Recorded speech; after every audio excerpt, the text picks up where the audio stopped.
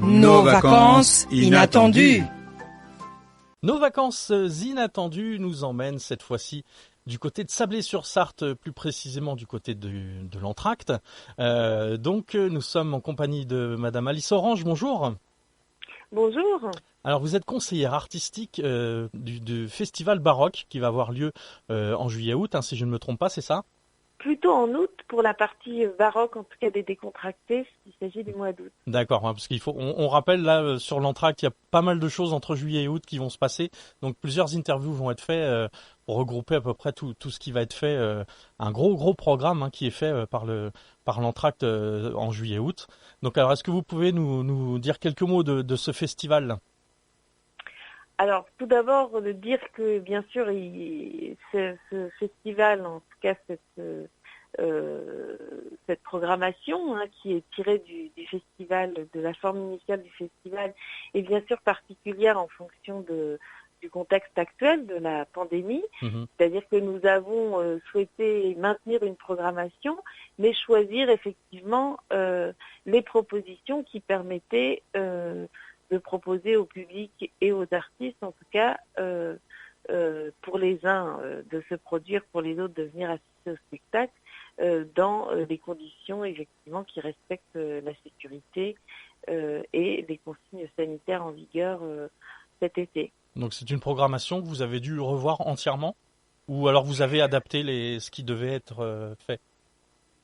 On a adapté, on a choisi les propositions qui nous semblaient les plus adaptées à la situation. On a notamment, par exemple, gardé toute notre programmation en plein air, ce que nous appelons notre festival off, qui concerne des formes assez légères qui se font dans l'espace public. Donc ça, il est intégralement conservé et sera donné donc au cours de 4 week-ends du mois d'août. C'est une façon aussi de montrer les liens qui existent entre les musiques populaires et savantes à l'époque baroque. En termes évidemment de sécurité et de procédure, il s'agit de plein air dans des lieux qui sont ouverts, donc c'est pour nous plus facile de pouvoir appliquer les consignes en vigueur. Nous avons fait ce choix de maintenir tout ce qui était prévu en plein air sur le festival, et puis nous avons aussi maintenu un projet qui est un projet audiovisuel pour le coup principalement, qui concerne des captations de concerts. Et c'est vrai que certaines captations, nous les avons faites spécialement dans le cadre de cette programmation transformée, puisqu'il nous semblait important que, à défaut de pouvoir se déplacer, qu'il y ait aussi tout un public qui puisse nous suivre en direct sur les chaînes. Notamment, il s'agira de Culture Box et d'autres chaînes de sites web. Donc c'est un projet audiovisuel qui permet aussi de faire vivre notre édition d'une façon différente. Donc on pourra suivre ça, on va sur le site internet de l'Entracte pour aller voir la programmation, les dates, les choses comme ça. Tout à fait, tout sera indiqué précisément, et on a deux captations qui seront faites par Culture Box, par France Télévisions, donc qui seront qui pourront être vues sur la chaîne en ligne. Et c'était des concerts qui étaient prévus sur notre festival et qu'on a pu maintenir pour des captations, soit dans notre salle, soit à l'église de Sablé, et qui pourront donc être suivis en direct et en temps réel. Donc évidemment, ça crée un festival un petit peu différent, virtuel. On sait bien que le spectacle vivant, c'est aussi et surtout se déplacer, rencontrer les artistes. Mais ce qui nous semblait important, c'est en tout cas de pouvoir être présent, de pouvoir aussi honorer les artistes avec lesquels nous avions contracté. Et de cette façon, ça nous permet, encore une fois, de faire vivre notre édition, de rester en contact avec les artistes et de proposer aussi à notre public une partie de la programmation prévue. Alors, donc c'est vous qui avez choisi, comme conseiller artistique, c'est vous qui avez choisi tous les spectacles ? Absolument, oui. Alors comment vous procédez ? Ça va être compliqué, il y a de la demande sûrement, non ?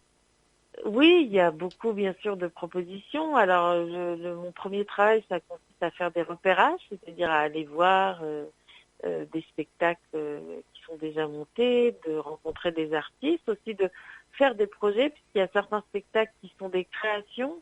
Ça veut dire qu'ils sont créés au moment du festival, mais qui n'existaient pas forcément avant.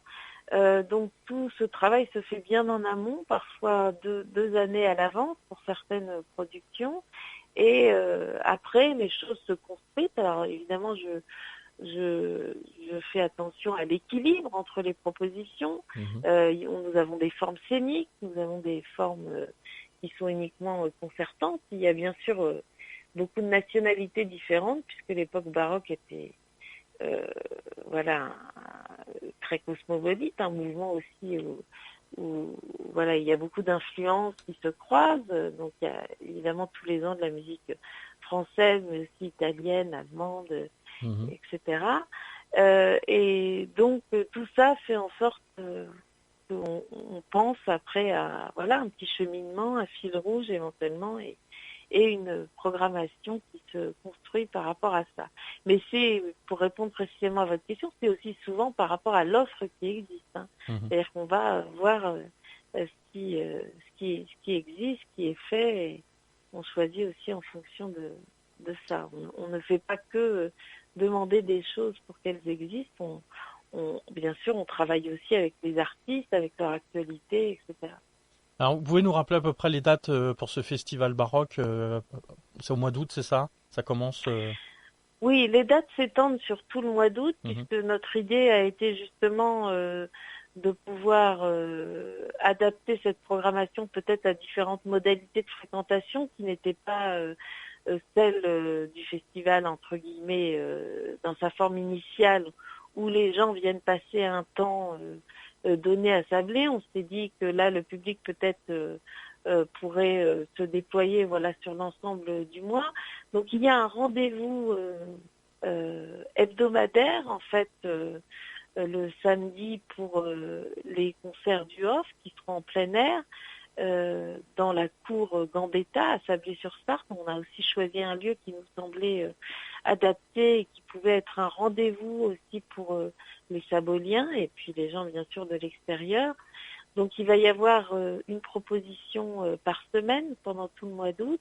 Et puis nous gardons aussi sur la semaine du festival notre projet voilà audiovisuel avec les captations qui pour leur part sont plus concentrées et qui voilà pourront se faire sur la semaine initiale du festival. Mais les samedis 8, 15, 22 et 29 sont des dates à garder parce qu'à 19h, vous aurez dans la cour Gambetta des concerts gratuits, ouverts à tous et qui sont voilà un festival off de notre festival initial déployé sur l'ensemble du mois d'août. Bon, de toute façon, on rappelle pour la programmation précise, vous pouvez vous rendre sur le site internet de l'Entracte de Sablé-sur-Sarthe, où il y a certainement tout le détail de la programmation. Est-ce qu'il y a un spectacle ou deux qui vous marque le plus et dont vous pouvez nous parler peut-être? Écoutez, tous les spectacles me tiennent bien sûr à cœur et sont très intéressants. Je vous parlerai du spectacle qui s'appelle le récital dansé d'Inconstance. C'est un spectacle en fait qui réunit deux artistes, une claveciniste, une jeune claveciniste et un danseur. Et ça me semble important de souligner son intérêt aussi pour le public puisqu'il s'agit de danse baroque et ça montre aussi toute la diversité, la variété de cette danse. Donc c'est des pièces d'Elisabeth Jacquet de la Guerre, qui est une compositrice de l'époque baroque, qui a écrit beaucoup de pièces pour clavecin qui, comme c'est le cas à l'époque, sont écrits pour la danse, aussi sur des pièces de danse. Et donc le spectacle a été construit autour de ce corpus, de ce répertoire, avec un danseur baroque qui va alterner différents personnages de cette époque et qui va danser sur cette musique voilà, en plein air, dans un lieu qui n'est pas une salle de spectacle. Et ça montre, voilà, à quel point cette époque est aussi ouverte premièrement aux interactions entre la musique et la danse, aussi à l'éloquence, à l'adresse aux spectateurs. Et ça me semble intéressant de vous parler de ça aussi, puisque c'est une proposition qui est très accessible, très grand public, qui permet de découvrir voilà, un répertoire aussi assez rare de l'époque baroque, de voir un clavecin, de voir un danseur avec des masques. Donc ça me semble être une bonne idée sortie en tout cas pour un dimanche du mois d'août. C'est des spectacles qu'on peut aller voir en famille la plupart? Absolument. Ils ont été conçus spécialement pour ça, puisqu'ils sont courts. Déjà, c'est des spectacles ou des concerts de 45 minutes, et ça, c'était important pour nous aussi de pouvoir proposer comme ça des petites formes auxquelles les gens voilà, assistent et ne s'ennuient pas en tout cas. Voilà, ils sont tous conçus pour pouvoir être adaptés bien sûr au plein air, pouvoir être adaptés à tous les publics également, et les répertoires sont choisis, oui, dans cette perspective, et les propositions dans cette perspective. Très bien. Est-ce qu'on peut rajouter autre chose ou on a fait le tour, vous pensez? Ah bon, il faut évidemment aller voir sur le site internet pour avoir tous les détails, les horaires, les jours des spectacles. Non, bah écoutez, vous m'avez posé toutes les questions, sauf si vous voulez que je reparle d'un point en particulier, n'hésitez pas, mais je pense qu'on a bien recontextualisé par rapport à la pandémie déjà. Et puis c'est vrai que c'est un effort quand même aussi qui a été fait pour reprogrammer tout ça. Ça doit pas être évident aussi, un peu au dernier moment de reprogrammer des choses, voilà, reformuler des choses. Ça n'a pas tout à fait un travail facile à faire, quoi. En effet, c'est pas facile. Faut s'adapter. Puisqu'en plus, on a eu des informations qui sont parfois arrivées tardivement. Donc, on a effectivement, on s'est souvent dit, on va attendre de savoir pour pouvoir, voilà, se décider, etc. Donc ça, c'est pas facile d'être en attente d'informations, puisque les artistes étaient aussi en attente d'informations.